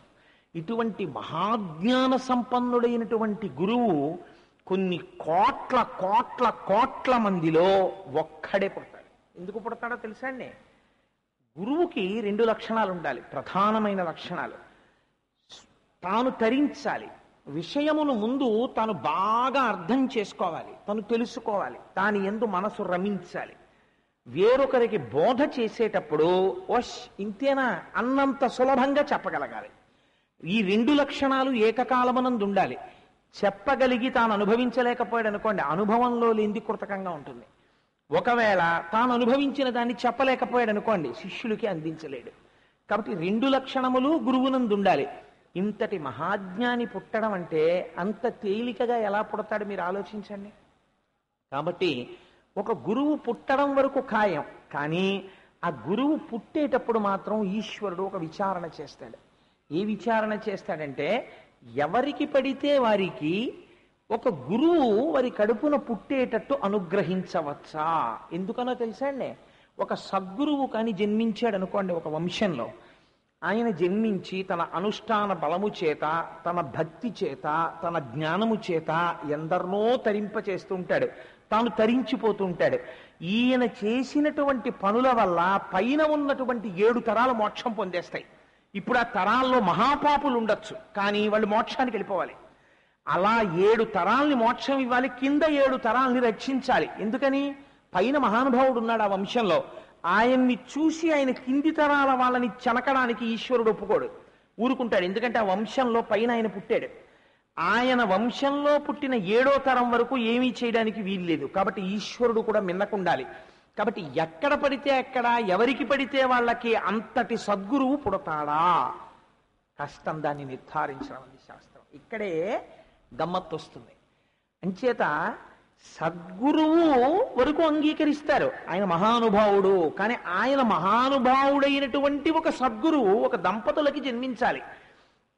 నేను మొట్టమొదటి ఒక మాట చెప్పాను మీకు, మనందరం ఎలా పుడతామో ఆయన అలాగే పుట్టాలి, సద్గురువు కూడా. కానీ పుట్టడానికి వాళ్ళు మోక్షం పొందేస్తారు. ఒక సద్గురువు ఉన్నాడు అనుకోండి, ఆ సద్గురువు తల్లి ఏమీ చదువుకోకపోవచ్చు, తండ్రి ఏమీ చదువుకోకపోవచ్చు, కానీ ఆయన్ని కన్న తల్లి అని ఆవిడికి కూడా మనం నమస్కారం తప్పకుండా చేస్తాం. ఒక భగవాన్ రమణులు ఉన్నారు, వారి తల్లిగారి పేరు అలగమ్మ గారు. అలగమ్మ గారి పేరు మీద మాతృభూతేశ్వరాలయము అని ఒక దేవాలయం ఉంది. ఇప్పుడు ప్రతివారు మాతృభూతేశ్వరాలయంలోకి వెళ్ళి ఒక నమస్కారం చేస్తారు. ఆవిడికి రమణులు ఎక్కడ మోక్షం ఇచ్చారో స్కందాశ్రమానికి వెళ్ళి చూస్తారు. రమణుల తల్లి రమణుల తల్లి అని మురిసిపోతారు. అటువంటి స్థితి ఒక తల్లి ఒక తండ్రి పొంది అంతటి మహాపురుషుడు జన్మించాలంటే ఆ దంపతుల యందు ఏదో ఒక ఉత్కృష్టత ఉండాలి. ఇది ఎక్కడ చేస్తున్నారో వంశంలో అటువంటి వారి యందు ఆ వంశమునందు పుట్టడానికి ఈశ్వరుడు అనుగ్రహిస్తాడు తప్ప అల్లాటప్పాగా ఎవరిని పడితే వాళ్ళని ఎంచుకుని సద్గురువు జన్మించాడు. భగవంతుడు జన్మించవచ్చు, ఒక మినహాయింపు ఉంది. ఈశ్వరుడు అనుగ్రహం కలిగిందనుకోండి, ఆయన అలా చూసి సభలో నేను ఆయన కడుపున పుడతానని అనేస్తాడు అంతే సులభంగా. పరమాత్మ అన్నాడు దశరథ మహారాజు గారి కడుపున పుడతానని. కానీ సద్గురువు పుట్టేటప్పుడు మాత్రం అలా పుట్టడు. సద్గురువుని ఇవ్వాలంటే దంపతుల కడుపున దానికి ఎంతో పుణ్యబలం ఉంటేనే వారి యొక్క ఉపాధిలోంచి, వారి తేజస్సులోంచి ఆ సద్గురువు జన్మిస్తాడు. అందుకే మీకు గురువు అనేటప్పటికీ ఎవరమైనా చెప్పేటటువంటి శ్లోకం ఒక్కటే చెప్తాం. ఏం చెప్తాం? గురుర్ బ్రహ్మ, గురుర్ విష్ణు, గురుదేవో మహేశ్వర, గురు సాక్షాత్ పరబ్రహ్మ, తస్మై శ్రీ గురవే నమః. బ్రహ్మ విష్ణు మహేశ్వర స్వరూపుడై పరబ్రహ్మమై ఉంటాడు. ఇలా పరబ్రహ్మమై బ్రహ్మ విష్ణు శివాంశలతో సృష్టిలో స్వయంగా కనపడేటటువంటి గురుస్వరూపం ఒకటి ఉన్నది. అదే దత్తాత్రేయ స్వరూపం. ఆయనలో బ్రహ్మ విష్ణు మహేశ్వరులు ముగ్గురు ప్రకటముగా కనపడుతుంటారు, 3 తలకాయలు. మిగిలిన గురువులు కూడా ప్రకటముగా కనపడరు, కానీ వాళ్ళు కూడా బ్రహ్మ విష్ణు మహేశ్వరులు వారి యందుంటారు. పరబ్రహ్మమే వారి యందుంటాడు. వారు పరబ్రహ్మమై ఉంటారు. ఎందువల్ల అలా జరుగుతుంది అంటే, నిన్నటి రోజున మీకు నేను ఒక విషయం చెప్పి దాట వేశాను, సమయం సరిపోదని. గురు బ్రహ్మ, బ్రహ్మ అంటే సృష్టిస్తాడు. ఏమిటి సృష్టించాడు గురువు గారు అంటే, మీ యందు జ్ఞాన జ్యోతిని వెలిగించాడు ఆయన.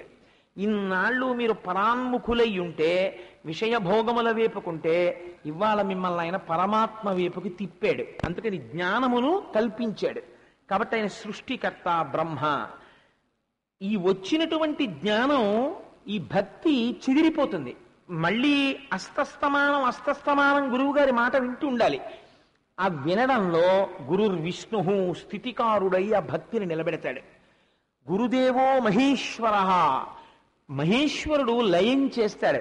ఏది లయం చేస్తాడు అంటే, లయం అంటే ఏదో చంపేయడం అనుకోకండి మీరు. లయం అంటే నిద్రాకాలిక సుఖాన్నివ్వడం కూడా స్వల్పకాలిక లయము అని పిలుస్తారు. అలా అజ్ఞాన లయం చేసి జ్ఞానమునందు నిలబెడతాడు. కాబట్టి గురుదేవో మహేశ్వర 3 చేస్తాడు. కాబట్టి గురు సాక్షాత్ పరబ్రహ్మ. ఆ 3 ఏకరూపుడైనటువంటి గురువు పరబ్రహ్మ స్వరూపుడై ఉన్నాడు. అటువంటి గురువుకి తస్మై శ్రీ గురవే నమః. ఇది మీరు గమనించాలి. తస్మై శ్రీ గురవే నమః ఏమిటి? గురువు గారికి ఆ మాట మేము ఒప్పుకోమండి. తస్మై శ్రీ గురవే నమః ఏమిటండి? గురువుకి నమస్కరించడం ఏమిటి? మేము నమస్కారంతో ఒప్పుకోం. మేము గురువు గారికి ఓ శాలువా ఇస్తాం అని మారుస్తాం శ్లోకాన్ని. లేకపోతే గురువు గారికి స్వర్ణ కంకణాలు ఇస్తాం. లేకపోతే గురువు గారికి కనకాభిషేకం చేయిస్తాం. ఏదో మేము సత్కారం చేస్తాం గురువు గారిని. అంతేగాని గురువు గారికి నమస్కారం చేయడం ఏమిటి? కాదు. ఎందుకు నమస్కారం చేయడం అన్నారో తెలుసా అండి? పరమేశ్వరుడు ముందు గురువు ముందు ఇద్దరి ముందు చెయ్యవలసినది ఒక్కటే. ఏది చెయ్యాలి అంటే, గురువు కనపడగానే ఈ చెయ్యి కలిపి శిరస్సుని దీనికి తాటించి ఇలా వంచి నమస్కరించాలి. అంటే 5 జ్ఞానేంద్రియాల్ని 5 కర్మేంద్రియాల్ని 11వ బుద్ధి స్థానాన్ని ఈ 11ంటిని శరణాగతి చేసి నీ పాదముల దగ్గర విడిచిపెట్టాను. వీటిని మార్చగలిగినటువంటి మహాపురుషుడవు నీవు అని అంగీకరించడం తస్మై శ్రీ గురవే నమః. అంతకన్నా ఆయన కోరుకునేది ఏదీ ఉండదు. అలా ఆయన కోరుకున్నాడు అనుకోండి, నిజంగా అంతరంగంలో బయట వాళ్ళకి తెలియకపోవచ్చు గురువు గారికి కోరికుందో లేదో, ఈశ్వరుడికి తెలుస్తుంది. గురువుకి ప్రీతి దేని యందు ఉండాలో తెలుసా అండి? భగవత్కథ చెప్పడంలో 10 మందిని దిద్దుబాటు చేయడంలో ఉండాలి తప్ప, గురువుకి అన్యథాలంపటం ఉందనుకోండి, ఇది చెప్తే నాకేమొస్తుంది అన్న ఆలోచన గురువుకు బయలుదేరిపోయింది అనుకోండి, ఉత్తర క్షణంలో ఆ గురువు అమ్ముడుపోయినట్టే. అంటే మీరు ఒక్క మాట జ్ఞాపకం పెట్టుకోండి. ఒక గురువు గారికి ఎవరో పట్టుకెళ్ళి ఒక ఆవుని ఇచ్చారు. ఇస్తే ఆయన అమ్ముడుపోయినట్ట అని మీరు అనకండి. అది వేరు. ప్రీతితో శిష్యుడిచ్చినటువంటి దాన్ని స్వీకరించడం వేరు, తాను ఆశించడం వేరు. తాను ఆశించకుండా చెప్పడమే ప్రయోజనంగా చెప్పుకున్నవాడు, శిష్యుల్ని దిద్దడమే ప్రయోజనంగా దిద్దుకున్నవాడు ఎవరున్నాడో అటువంటి వాడు గురువు. ఆ గురువుకి మీరేమిస్తారు? నమః, నమస్కరించాలంతే. కాబట్టి ఇప్పుడు ఆ గురువు జన్మించాలి. మొట్టమొదటి గురువు బ్రహ్మ విష్ణు శివస్వరూపాలతో రావాలి. ఇప్పుడు ఏ దంపతులకు ఇవ్వాలి ఇటువంటి వరం? ఇది గొప్ప ప్రశ్న వచ్చింది. ఇలాంటి సద్గురువు మొట్టమొదట సృష్టిలో ఒక దంపతుల కడుపున జన్మించాలి. ఏ దంపతులకు ఇవ్వము అని అడిగారు. అడిగితే చూడండి ఎంత కథ నడిచిందో. ఒక సద్గురు జననం అంటే ఎంత గొప్పగా పడుతుందో. ఇది చరిత్ర అంటే, చరిత్ర అంటే వెనకకి చూడు. నీవు కూడా ఇటువంటి పుణ్యము చేయగలవా? చేయగలిగితే నీ వంశంలో కూడా పుడతారు అట్లాంటి మహాపురుషులు. కాబట్టి ఎంత చిత్రమైన మాట అంటారంటే, ఒకానొకప్పుడు చతుర్ముఖ బ్రహ్మగారు సప్తర్షులని సృష్టి చేశారు. వాళ్ళు ఆయన యొక్క మానసపుత్రులు. ఋషులను సృష్టించి మీరందరూ కూడా తంతువుని తెంపకుండా ఈ ప్రజోత్పత్తిని చెయ్యండి, అంటే సంతానమును కనండి అని ఆజ్ఞాపించాడు ఆయన. ఆ సప్తర్షులలో అత్రి మహర్షి ఒకరు. ఆయన పేరే చిత్రమైన పేరు. ఆయన పేరేమిటో తెలుసా అండి? అత్రి. అత్రి అంటే ఏమిటి? త్రి అంటే మూడు. అత్రి అంటే మూడు లేనివాడు. ఏ మూడు లేనివాడు? సత్వము, రజస్సు, తమస్సు అని మూడు గుణాలు ఉంటాయి. ఈ మూడు గుణాలతోటే మన జీవితం అంతా వెళ్ళిపోతూ ఉంటుంది. ఈ మూడు గుణములను దాటి గుణాతీతమైన స్థితిని పొందినవాడెవరో ఆయన అత్రి. అటువంటి మహానుభావుడు. ఇప్పుడు ఆయనకి తగిన భార్య రావాలి. ఎవరా భార్య? అనసూయ. ఆవిడెక్కడ జన్మించింది? కర్దమ ప్రజాపతి, దేవహూతి వారిద్దరికీ జన్మించినటువంటి కుమార్తెలలో ఒకరు అనసూయ. అనసూయ అంటే ఏమిటండి అర్థం? ఆ పేరు వెనకాతలుంది. అందుకే రామాయణం అయోధ్యకాండలో ఒక మాట అన్నాడు అత్రి మహర్షి. ఎంత గొప్ప మాట చెప్పాడో తెలుసా అండి? అనసూయమ్మని చూపించి ముగ్గుబుట్టు అయిపోయింది తలకాయ ఆవిడికి. గాలికి అరిటి చెట్టు కదిలినట్టు ఆవిడ వణికిపోతోంది. వణికిపోతుంటే సీతమ్మని తీసుకుని రాముడు ఆ పర్ణశాలలోకి వచ్చాడు. అత్రి మహర్షి సీతారాముల్ని చూడగానే రాముణ్ణి పిలిచి సీతమ్మని పిలిచి అన్నాడు, ఈవిడ అనసూయ నా భార్య. ఈవిడ మనుష్యుల చేత కాదు, సమస్త భూతముల చేత నమస్కరింపబడడానికి యోగ్యురాలు. ఆవిడికి నమస్కరించాడు. ఎంత పెద్ద మాట అండి ఇది! అత్రి మహర్షికి తెలియదా వచ్చిన సీతమ్మ లక్ష్మీదేవని? ఈవిడికి నమస్కరించని చెప్పాడు. ఆవిడ వెంటనే నమస్కరించి, అమ్మ మీరు కుశలమా అని అడిగింది. ఎందుకు ఆవిడంత గొప్పదైంది మీకు విచారణ చేసి చెప్తాను. కాబట్టి ఆవిడ పేరు అనసూయ. అనసూయ అంటే ఏమిటి? అసూయ లేనిది. అసూయ అంటే ఏమిటి అంటే, శాస్త్రం అంది అసూయ ఉన్నది అని ఎలా తెలిసిపోతుందో తెలుసా? ఎదుటివారిలో ఉన్న గుణమును దోషముగా చెప్పడమే అసూయ అని తెలిసిపోతుంది. అవతల వారి యందు ఒక గుణం ఉంది, అందరికీ అది మంచి గుణంగా కనపడుతోంది, ఒక్కడికి మాత్రం దోషంగా కనపడుతోంది. వాడికి ఆ దోషం ఉందండి ప్రచారం చేస్తున్నాడు. వాడికి ఒక్కడికే దోషంలా కనపడుతోందంటే ఈయన యొక్క గుణమును వాడు శ్లాఘించలేని స్థితిలో ఉన్నాడు. గుణమున్నవాడు గుణము చేత వృద్ధి పొందుతాడు. ఈ గుణమును చూడలేని వాడు అసూయ చేత నశించిపోతాడు. కాబట్టి అసూయ వ్యాధి. ఎదుటివారి గుణమును ఔన్నత్యమును అంగీకరించలేకపోవుట, దీనికి అసూయ అని పేరు. అనసూయ, ఈవిడికి అసూయ లేదు. ఎలా లేకుండా ఉంటుందండి? మనుష్య ఉపాధిలో ఉన్న తర్వాత ఒకసారి కాకపోతే ఒకసారి. నేను ఒక మాట అంటే తల్లులు నా మీద కోపగించకండి. నాకు స్త్రీల పట్ల చాలా మర్యాద ఉంది, చాలా గౌరవం ఉంది. నేను ఎప్పుడూ సభాముఖంగా తప్పు చేసి మాట్లాడను, వాళ్ళని తక్కువ చేసి మాట్లాడను. కానీ నేను ఇవాళ ఒక మాట అంటే నా మీద కోపగించకండి. స్త్రీకి సహజముగా కించిత్ అసూయని చెప్తారు శాస్త్రంలో. అటువంటిది అసూయని తీసుకెళ్లి అనసూయకి చెప్పడం ఏమిటి? ఒక స్త్రీకి చెప్పడం ఏమిటి? చాలా మంది తెలియక ఆడవాళ్ళని తక్కువ చేసి మాట్లాడారు శాస్త్రాల్లో అంటారు. వాళ్ళకి ఏం తెలుసు? పేరు పెట్టి గౌరవించడం కూడా ఆడవాళ్ళని గౌరవించారు. అసూయని గెలవడానికి 2 మార్గాలు చెప్పారు. అసూయ నీకు ఉంటుంది, కానీ దాన్ని గెలవాలి. ఎలా గెలవగలవు? 2 మార్గములతో గెలవమన్నారు. నువ్వు ప్రయత్నపూర్వకంగా అలవాటు చేసుకోవాలి. అది అలా అలవాటు చేసుకుంటే నువ్వు ఒక పెద్ద దోషం నుంచి తప్పుకుంటావు. ఏమిటో తెలుసా అండి? ఇంత గుణము అవతల వారిలో కనపడితే నీకన్నా వారికి అధికమైన గుణములు ఉన్నాయి అని నీకు అనిపించగానే నీ మనస్సుకి ఒక అలవాటు చెయ్యాలి. వారు నిజంగా మహానుభావుడండి, ఇన్ని గుణములున్నాయి వారికి అని ఒక గుణం నీకు నచ్చింది పట్టుకుని, అమ్మ బాబు ఆయన మహాత్ముడండి నిజంగా, మరి గుణం ఎంత గొప్పదండి అని నువ్వు ప్రయత్నపూర్వకంగా 10 మందిలో శ్లాఘించాలి. ఇలా శ్లాఘించడం అలవాటైతే నీ మనస్సు లొంగడం మొదలవుతుంది. నీకన్నా పైనున్న వారి గుణమును అంగీకరించి స్తోత్రం చెయ్యాలి. నీకన్నా తక్కువ గుణములున్న వారిని చూసి విమర్శించి వాడెంతటి వాడు వీడెంతటి వాడండం కాదు. అలా అంటూ నువ్వు మెట్టెక్కుతుంటే కిందకి జారిపోతావు. అలా అనకూడదు. ఒక్కొక్క మెట్టు నువ్వు పైకెక్కుతూ కిందనున్న వారిని, నీకన్నా గుణములలో తక్కువ స్థాయిలో ఉన్న వారిని చూసి అరే రే వీరు కూడా ఎన్నడు గుణములు పొందుతారో, ఎప్పుడు పైకెక్కుతారో అని నువ్వు మనస్సులో వారి యొక్క ఉన్నతిని కోరుకోవాలి. ఈ రెండు రకములైనటువంటి నడువడి చేత బాగా జ్ఞాపకం పెట్టుకోండి. మీకన్నా అధిక గుణములున్న వారిని చూసి శ్లాఘించాలి, వారిలా నేనైతే బావుణ్ణు అనాలి. మీకన్నా తక్కువ గుణములున్న వారిని చూసి ఈశ్వరుడు వీరిని కూడా సత్పురుషులుగా మార్చి వీరికి ఉన్న ఈ దుర్గుణము పోయేటట్టుగా చేసి వీరిని సమున్నత స్థితికి తీసుకెడితే బావుణ్ణు అనగలగాలి. ఈ రెండు రకములైనటువంటి నడువడి చేత అసూయ అనసూయగా మారుతుంది. అనసూయ ఈ లక్షణంతో సమస్త భూతములను ప్రేమించడం తప్ప ఎన్నడూ వేరొకరి యందు అసూయ పెట్టుకున్నటువంటి తల్లి కాదు. అందుచేత ఆవిడ అనసూయ. ఈయన అత్రి. అత్రి అనసూయ. వీళ్ళిద్దరూ ఎటువంటి స్త్రీ పురుషులండి? ఇది దాంపత్యం అంటే. ఇది ఎవరు నిర్ణయించాలి? ఎందుకని వివాహాలు పెద్దలు నిర్ణయించాలని చెప్పడం వెనకాతల ఉన్నటువంటి రహస్యం ఇది. ఓ మొగాడు ఓ ఆడదాన్ని చూసి ప్రేమించేశానంటాం పెద్ద విద్య. అది విద్య కాదు. ఒక పెద్దలు చూసి ఈ పురుషుడికి ఈ స్త్రీ తగినదవుతుంది, వీరిద్దరూ కలిసి జీవనరథాన్ని నడుపుకోగలుగుతారు అని పెద్దలు ఒక తేజస్సు అవుతుంది. ఈ చంద్రుడు క్షీరసాగర మథనంలో వచ్చినటువంటి చంద్రాంశతో కలిసి ఆకాశమనందు చంద్రబింబమై ప్రకాశిస్తాడు. ఇవాళ మనం చూస్తున్నటువంటి చంద్రుడి యొక్క తేజస్సు మనం బ్రతకడానికి కారణమైన ఓషధుల యొక్క ప్రకాశము, మన మనస్సుకి అధిష్టానమైనటువంటి చంద్రుడు అత్రి మహర్షి యొక్క తపశ్శక్తి. ఇది అత్రి మహర్షి అంటే. బ్రహ్మచారి అయి అటువంటి తపస్సు చేశాడు మహానుభావుడు.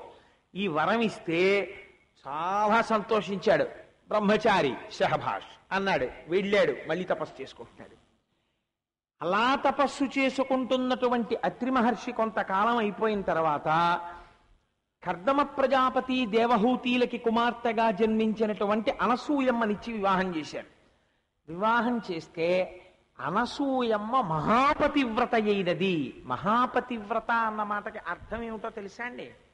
ఇది చాలా గంభీరమైనటువంటి మాట యథార్థమునకు. మీరు ఒక్క విషయం ఆలోచించండి. రావణుడు దుష్టుడు, వాల్మీకి మహర్షి చెప్పారు. రావణుడు దుష్టుడు, మండోదరి మహాపతివ్రత, వాలి దుష్టుడు, తార మహాపతివ్రత. ఇంద్రుడు అప్పుడప్పుడు తప్పు చేసినట్టు కనపడతాడు, శచీదేవి మహాపతివ్రత, సీతమ్మ మహాపతివ్రత, రాముడు దోషము లేనివాడు. దోషము లేని రాముడికి భార్యయై భర్తని అనుగమించినటువంటి సీతమ్మ మహాపతివ్రతే. పరమదుష్టుడై లోకంలో ఉన్న ఆడవాళ్ళందరినీ ఎత్తుకొచ్చి అనుభవిస్తానన్న రావణాసురుణ్ణి అనుగమించిన మండోదరి పతివ్రతే. తన తమ్ముడైనటువంటి సుగ్రీవుడు బ్రతికి ఉండగా తమ్ముడి భార్య అయినటువంటి రుమని తెచ్చి తన భార్యగా అనుభవించినటువంటి వాలి భార్య అయిన తార వాలిని అనుగమించి పతివ్రతే. అదేమిటండి అలా ఎలా కుదురుతుంది? అందరూ పతులు ఒకలా లేరు కదా, ఒక్కొక్కరు ఒక్కొక్కలా ఉన్నారు. ఒకడు మంచివాడు, ఒకడు చెడ్డవాడు, కానీ భర్తని అనుసరించిన వాళ్ళు మాత్రం పతివ్రతలే. అదేంటి అలా ఎలా కుదురుతుందండి ఈ నిర్వచనం? ఇది తెలియాలంటే నువ్వు అనసూయమ్మ గురించి వినరా అన్నారు.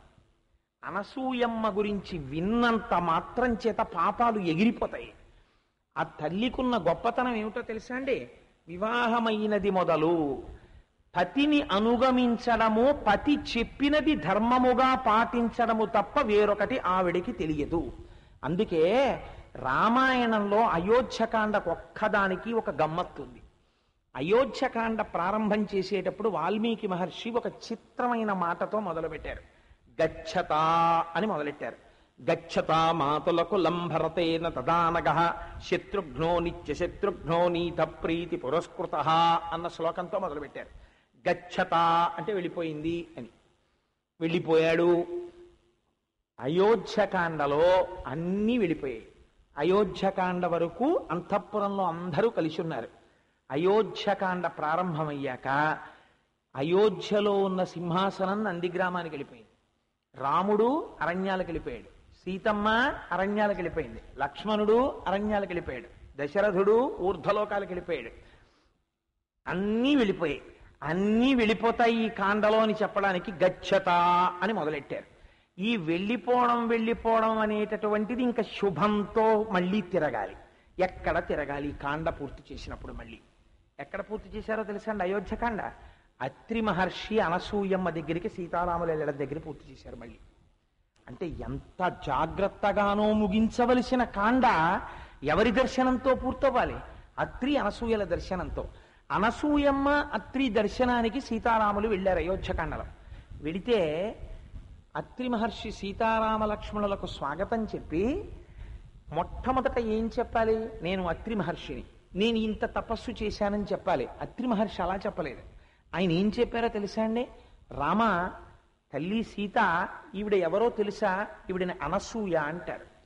ఈవిడ వివాహమైనది మొదలు సర్వకాలముల యందు నన్ను అనుగమించడము తప్ప వేరొకటి తెలియదు. భర్త మాట జవదాటకపోవడమే స్త్రీకి పెద్ద ఆచారము.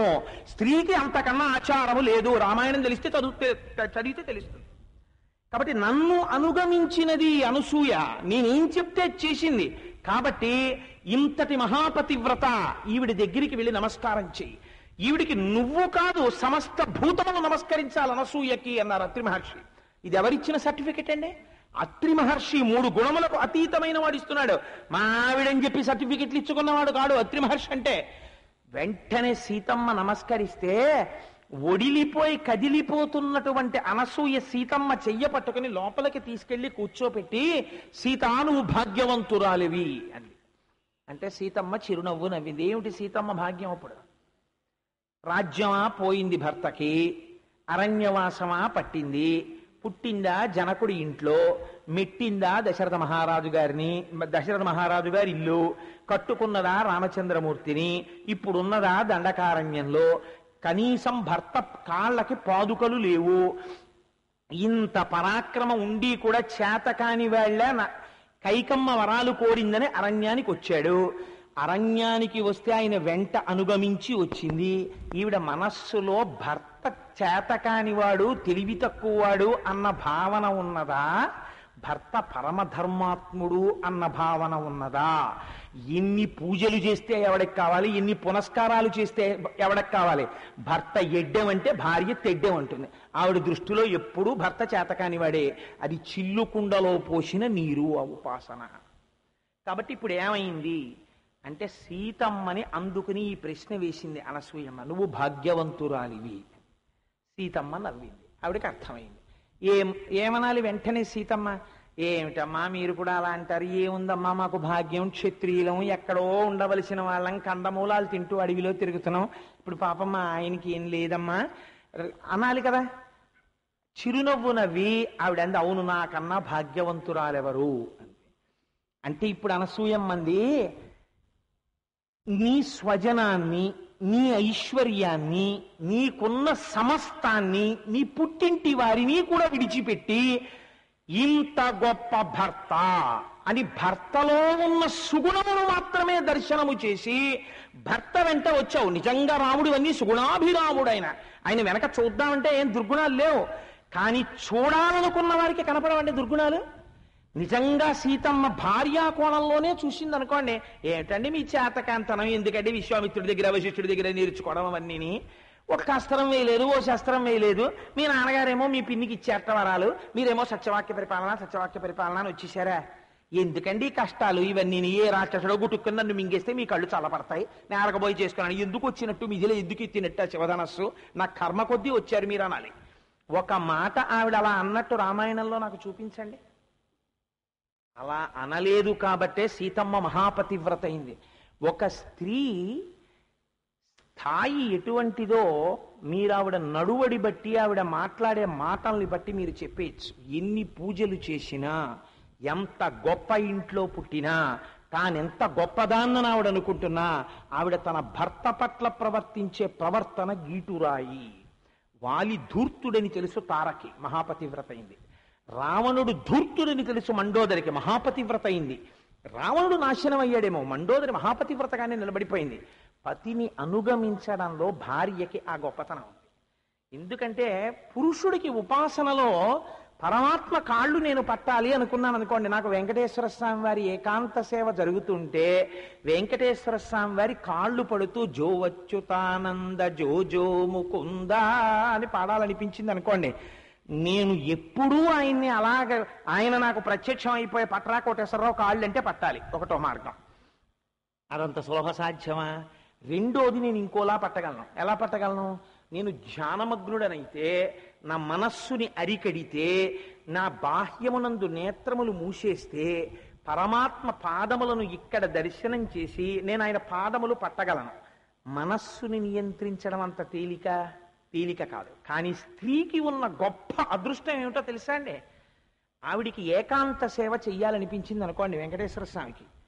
ఆయన పడుకున్నప్పుడు ఒకసారి ఆయన కాళ్ళ దగ్గరికి వెళ్ళి పాదాలు పడుతూ జో అచ్యుతానంద జోజో ముకుంద రావే పరమానంద రామగోవింద అంటూ కాళ్ళు ఒత్తిందనుకోండి. ఇక్కడ వెంకటేశ్వర స్వామి కాళ్ళే ఇవి అనుకుని కాళ్ళు ఒత్తుతోంది అనుకోండి. ఒత్తితే ఏమవుతుందో తెలుసా అండి? వెంకటేశ్వర స్వామి వారి కాళ్ళొత్తిన ఫలితమే ఆవిడ ఖాతాలో వేస్తారు. గమ్మత్తు ఏమిటో తెలుసా? ఒకవేళ భావన ఆవిడికి లేదనుకోండి, ఆవిడికి లేకుండా ఏ కాళ్ళు పట్టవే కాసేపు అన్నాడు అనుకోండి ఆయన, అబ్బా నాకు నిద్ర వస్తుంది కానీ సర్లే పాపం ఏదో అడిగాడు కదా అని కాళ్ళు పడుతోంది అనుకోండి, కాస్త ఏదో పట్టేసి పడుకుందాం అన్న భావనతో పట్టింది ఆవిడ. కానీ శాస్త్రం ఎంత మర్యాదగా మాట్లాడిందో తెలుసా అండి? అలా పట్టినందుకు పరమాత్మ కాళ్ళు పట్టిన ఫలితమే వేస్తారు. భర్తకి అన్నం వండి పెడితే ఈశ్వరుడికి మహానైవేద్యం పెట్టిన ఫలితమే స్త్రీకి ఖాతాలో వేస్తారు.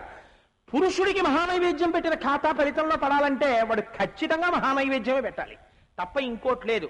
ఆవిడ భర్తకి గరిటెతో నిలబడి టక పప్పు కూర వడ్డించేసింది అనుకోండి, ఈశ్వరుడే వచ్చి తిన్నట్టు. వీడు అగ్నికార్యం చేసి హవిస్సిస్తేనే తింటాడు పరమేశ్వరుడు. ఆవిడికి ఆ బాధ లేదు, ప్రతి నిత్యం పరమాత్మ సేవ చేసేస్తుంది. ఇంకో గమ్మత్తు ఏమిటో తెలుసా అండి? ఈవిడ చేస్తున్న పుణ్యంలో ఫలితాన్ని భర్తకి ఇరు, కానీ భర్త చేసిన పూజలో పుణ్యంలో అర్ధభాగం ఆవిడ ఖాతాలో వేసేస్తారు. ఒక మహాపురుషుడికి ఇల్లాలయ్యిందనుకోండి, ఆయన ఈవిడ ఇద్దరు శరీరాలు వదిలిపెట్టేశారనుకోండి, ఇద్దరిలో ముందు ఎవరు తరించేస్తారో తెలుసా? భార్య. కారణం ఏమిటో తెలుసా అండి? ఒకటి, అటువంటి వాడికి వండి వడ్డిస్తోంది, ద్విగుణీకృత పుణ్యం. ఎందుకని? ఒకటి పరమాత్మ రూపం, రెండు భక్తుడు, భగవంతుడికి అత్యంత ప్రీతిపాత్రుడు.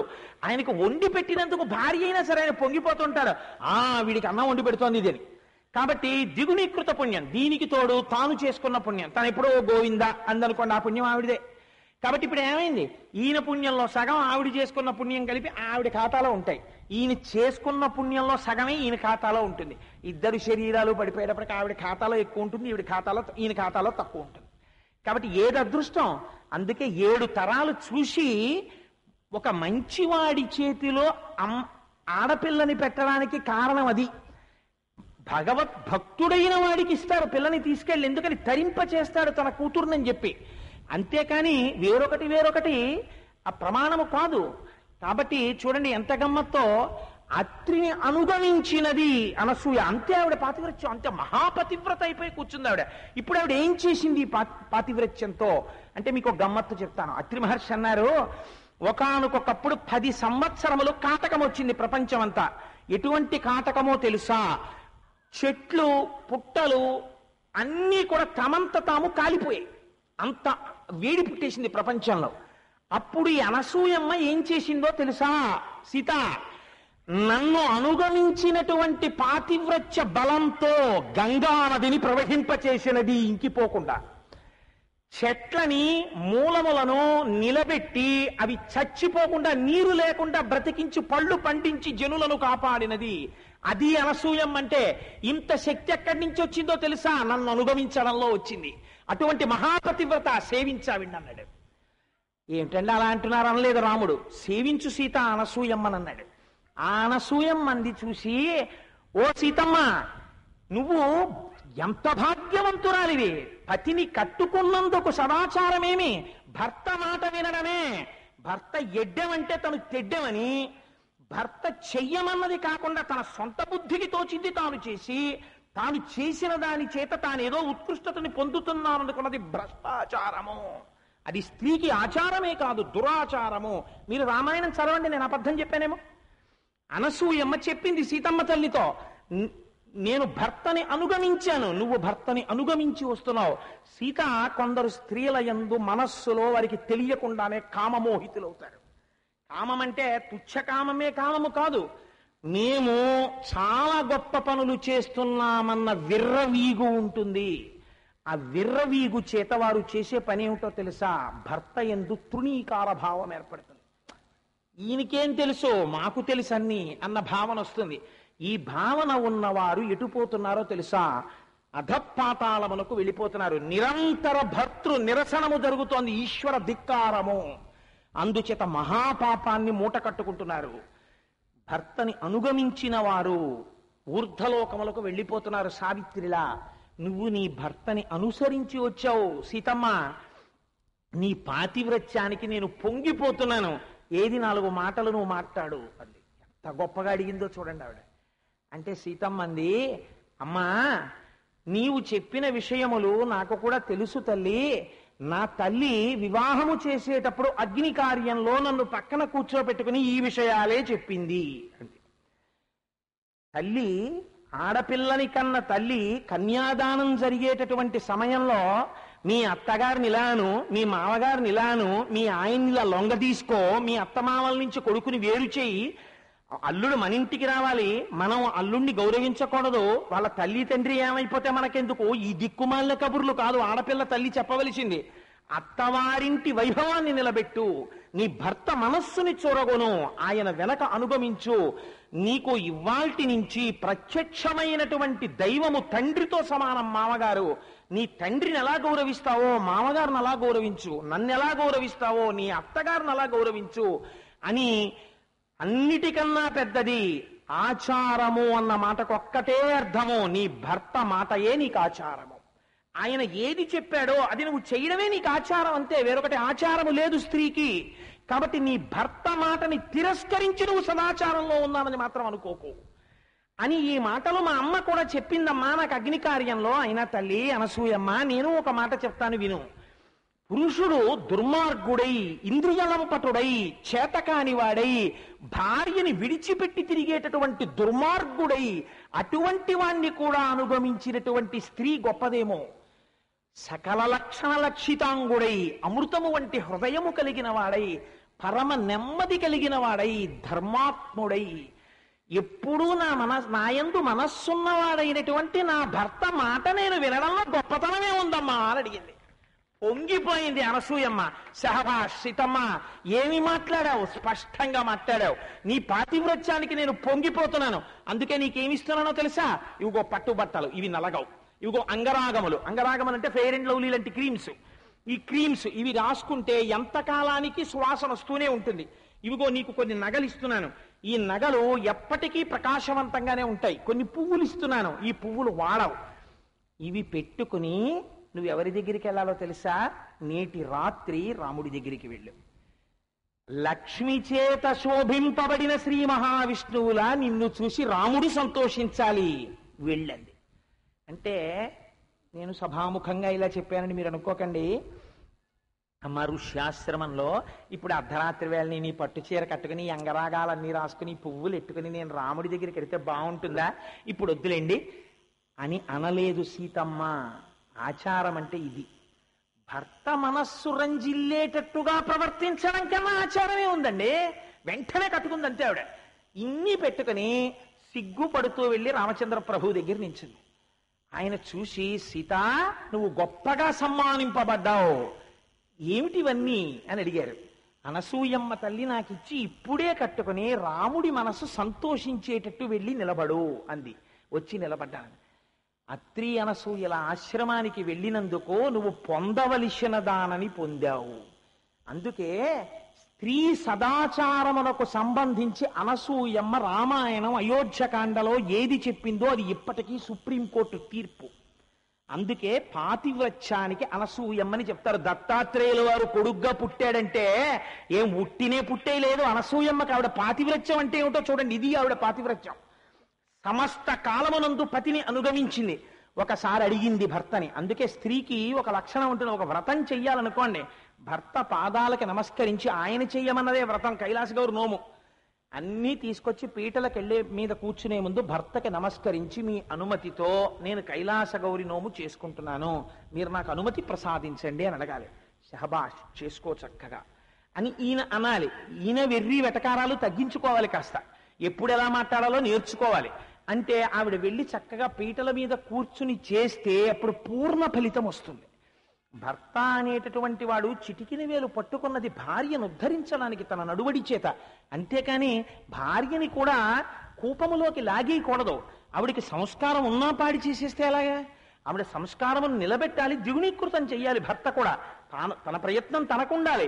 అందుచేత ఆ సీతమ్మకి ఆనాడు మహాతల్లి చెప్పింది.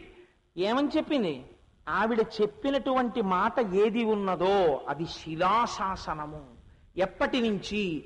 ఆనాటి నుంచి ఈనాటి వరకు స్త్రీ నడువడికి ఇదే గీటురాయి. ఆవిడ తపస్సు చెయ్యాలనుకుంది. ఎవరిని అడిగిందో తెలుసా అండి? అత్రి మహర్షిని అడిగింది. నేను తపస్సు కూడా చేద్దాం అనుకుంటున్నాను, చెయ్యనా అని అడిగింది. ఆయన అన్నాడు, సంతోషం, చెయ్యి కొంతకాలం అన్నాడు. ఎన్నాళ్ళు చేసిందో తెలుసా అండి?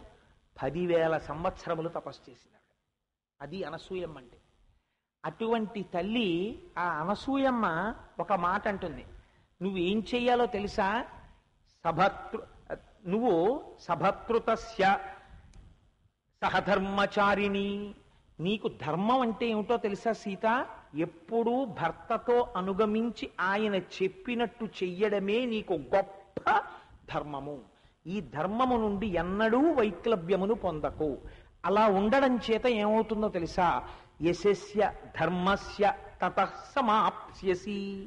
దాని చేత కీర్తి, దాని చేతనే ధర్మము, ఈ రెండూ కూడా పూర్ణమవుతాయి. ఈ విషయంలో వచ్చే వైక్లభ్యము